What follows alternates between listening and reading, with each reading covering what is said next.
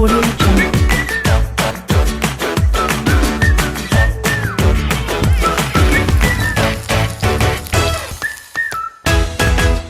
Audio. Hello friends, எல்லாருக்கும் வணக்கம். இன்றைக்கி நம்ம வீடியோவில் என்ன பார்க்க போகிறோம் அப்படின்னா plain எக் ரைஸ் எப்படி பண்ணலாம் அப்படின்னு சொல்லிட்டு பார்க்கலாங்க. ரொம்ப சிம்பிளான ரெசிபி தான் இது. அதுக்கு வந்து ஃபஸ்ட்டு வந்து அரிசி வந்து நம்ம வேக வச்சு தனியாக எடுத்துக்கலாம். அப்போ தான் நமக்கு வந்து நல்லா உதிரி உதிரியாக கிடைக்கும். நான் வந்து பாஸ்மதி ரைஸ் தான் யூஸ் பண்ணியிருக்கேன். அது வந்து 15 மினிட்ஸ் முன்னாடி வந்து தேவையான அளவு ஊற வச்சாச்சு. இப்போது ஒரு பாத்திரத்தில் வந்து தண்ணி வந்து கொதிக்க வச்சுக்கலாம். அதில் கொஞ்சமாக எண்ணெய் விட்டுக்கோங்க. ஒரு கொதி வந்த உடனே நம்ம அரிசி வந்து போட்டுடலாம்.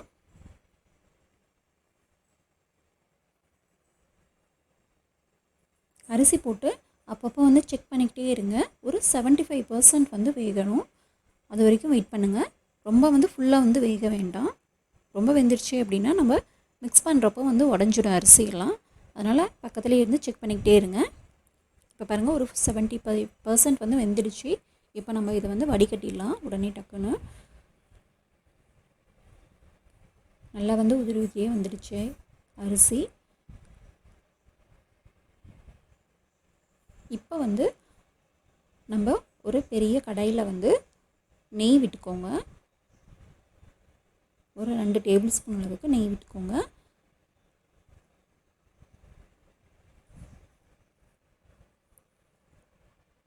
நெய் வந்து காஞ்சதும் அதில் வந்து சீரகம் ஒரு டேபிள் ஸ்பூன் அளவுக்கு போட்டுக்கோங்க.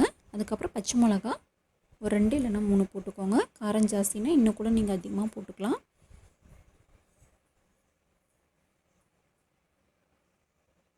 இதில் நல்லா பொடியாக கட் பண்ண பூண்டு போட்டுக்கோங்க.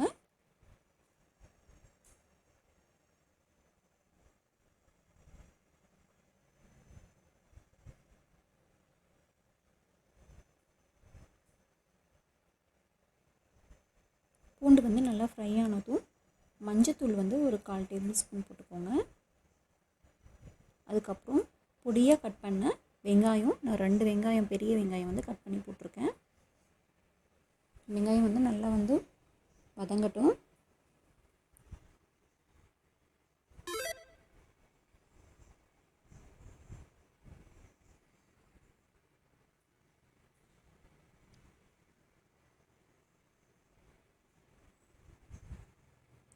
வெங்காயம், பூண்டு எல்லாமே வந்து நல்லா வந்து வதங்கட்டும், அந்த ஸ்மெல்லெல்லாம் போயிட்டு.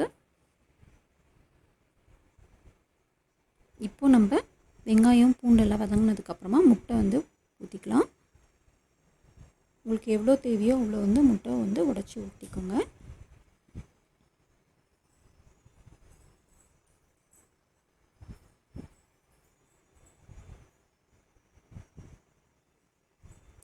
நீங்கள் நாட்டுக்கோழி முட்டை கூட யூஸ் பண்ணிக்கலாம். இது ரொம்ப ஹெல்த்தி. பசங்களுக்கு செய்கிறப்போ நீங்கள் நாட்டுக்கோழி முட்டை யூஸ் பண்ணி செஞ்சு கொடுங்க. இப்போ முட்டை ஊற்றிட்டு நம்ம நல்லா மிக்ஸ் பண்ணிக்கலாம். அது கொஞ்ச நேரத்துலேயே வந்து எல்லாமே வந்து இதாகிடும், ஃப்ரை ஆகிடும்.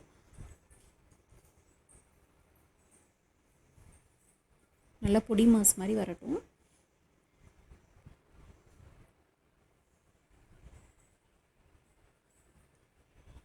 ஸ்டவ் வந்து மீடியம் ஃப்ளேம்லேயே வச்சுக்கோங்க.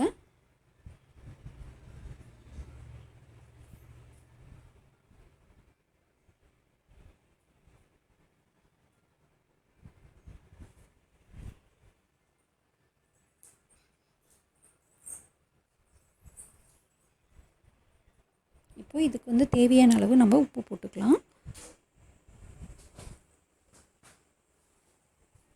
பொடி உப்பே போட்டுக்கோங்க, சால்ட்டு. அப்போ தான் கரெக்டாக இருக்கும். நல்லா மிக்ஸ் பண்ணிக்கோங்க.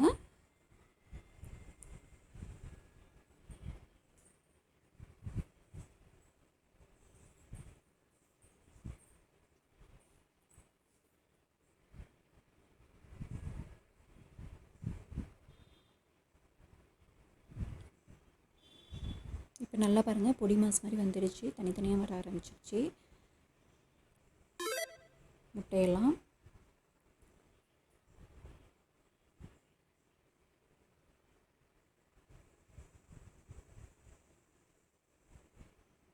இப்போ இதில் வந்து ஒரு டேபிள் ஸ்பூன் அளவுக்கு பெப்பர் போட்டுக்கோங்க. போட்டு நல்லா மிக்ஸ் பண்ணிக்கலாம்.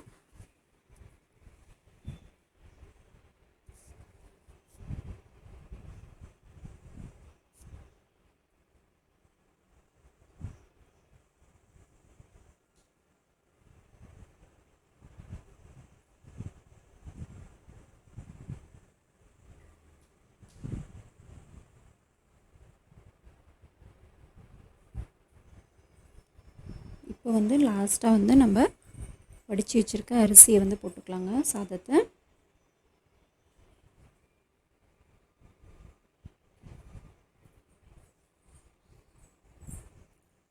இந்த பொடி மாஸுக்கு வந்து எவ்வளோ தேவையோ அவ்வளோ வந்து அரிசி போட்டுக்கோங்க. சாதம் கொஞ்சம் கொஞ்சமாக போட்டு நல்லா மிக்ஸ் பண்ணிக்கோங்க. எக்கு வந்து அதிகமாக இருக்கிற மாதிரி இருந்துச்சு அப்படின்னா இன்னும் கூட நீங்கள் சாதம் போட்டு மிக்ஸ் பண்ணிக்கலாம். சாதம் வந்து அதிகமாக போயிடுச்சு அப்படின்னா நமக்கு வந்து அந்த முட்டையோட ஃப்ளேவரே வந்து தெரியாமல் போயிடும். அதனால் பார்த்து கரெக்டாக வந்து மிக்ஸ் பண்ணிக்கோங்க. தேவையான அளவு மட்டும் போடுங்க. கொஞ்சம் கொஞ்சமாக போட்டு மிக்ஸ் பண்ணுங்கள். அப்போ தான் கரெக்டாக இருக்கும்.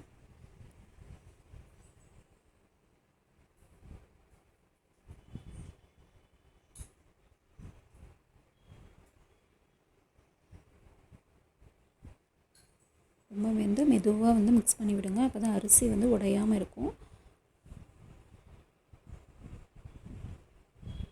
பார்க்குறதுக்கும் ரொம்ப அழகாகவும் இருக்கும் உடையாமல் இருந்தால்.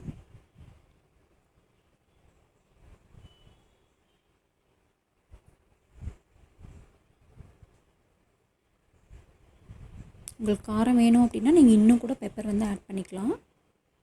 நல்லாயிருக்கும்.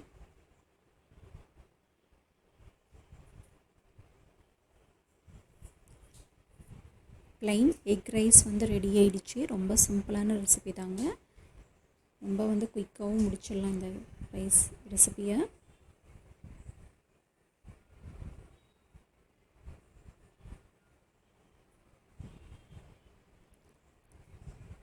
கண்டிப்பாக வந்து ட்ரை பண்ணி பாருங்கள். இந்த வீடியோ உங்களுக்கு பிடிச்சிருந்தது அப்படின்னா லைக் பண்ணுங்கள், ஷேர் பண்ணுங்கள், மறக்காமல் கமெண்ட் பண்ணுங்கள், சப்ஸ்கிரைப் பண்ணுங்கள்.